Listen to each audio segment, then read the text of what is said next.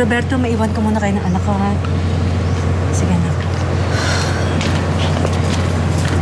May binasos na naman siyang babae. Nung may gustong magtanggol sa kanya, nagalit ito at binugbog niya yung lalaki. Tanga-tanga ko talaga para hindi makita yung kasamaan ni Felix. Malit na kaso lang yan kumpara sa rape, Melissa. Well, I guess, booking na nga si Felix. Unti-unti na nang nakikita ang tunay ng kulay.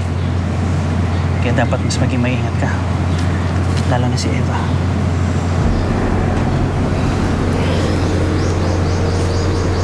Yun pa yung isa kong problema, Roberto. Si Felix pa rin ang hinahanap-hanap ni Eva. Don't worry.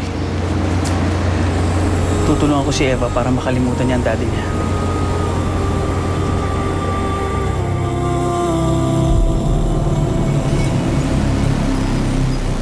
Apo, sarap-sarap itong ice cream, oh. Chocolate ice cream. Eh, di ba paborito mo to? Dala to ng Tito Roberto mo, eh.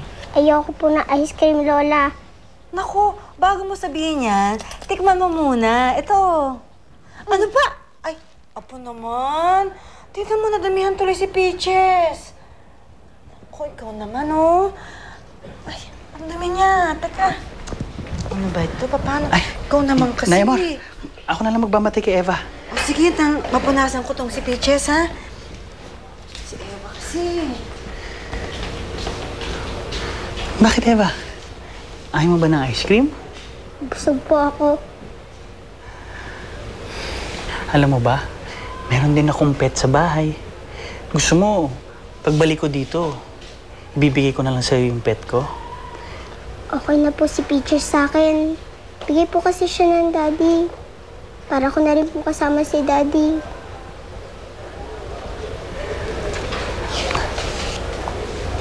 Alam mo, parang hindi na babalik ang daddy mo eh.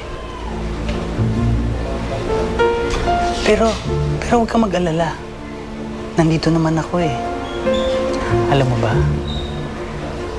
pwede mo rin ako maging daddy mo. Bakit?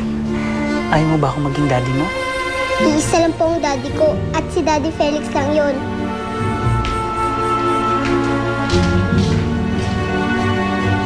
Roberto, ano nangyari kay Eva?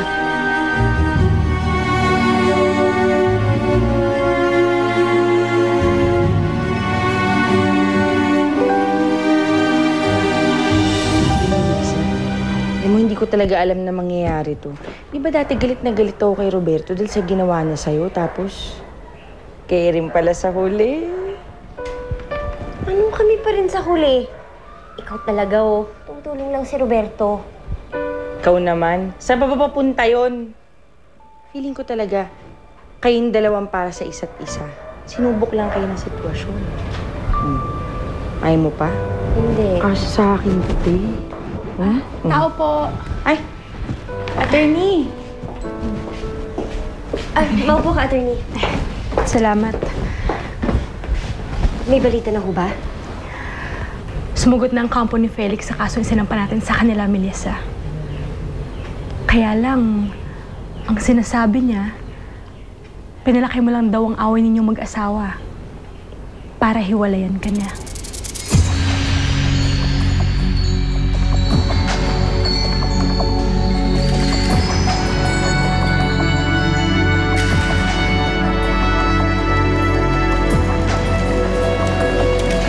Paano kung matalo tayo? Melissa, ikaw yung nasa katwiran. Ikaw yung biktima at naloko. Sigurado mawalan ng visa ang kasal ni Felix. Anak, lakasan mo lang ang loob mo. Nandito lang kami sa tabi mo. Ma'am, mukhang tuloy-tuloy na ang pagsampa niyo ng kaso kay Felix Rastro. Totoo bang rinate ka niya? Ang pagpapawalan ng visa sa kasal ni Felix at Melissa pag-uusapan dito, hindi ang tungkol sa rin. Sir, ikaw kaya ang sumagot ng tanong ko. Totoo bang rinate ko si Melissa?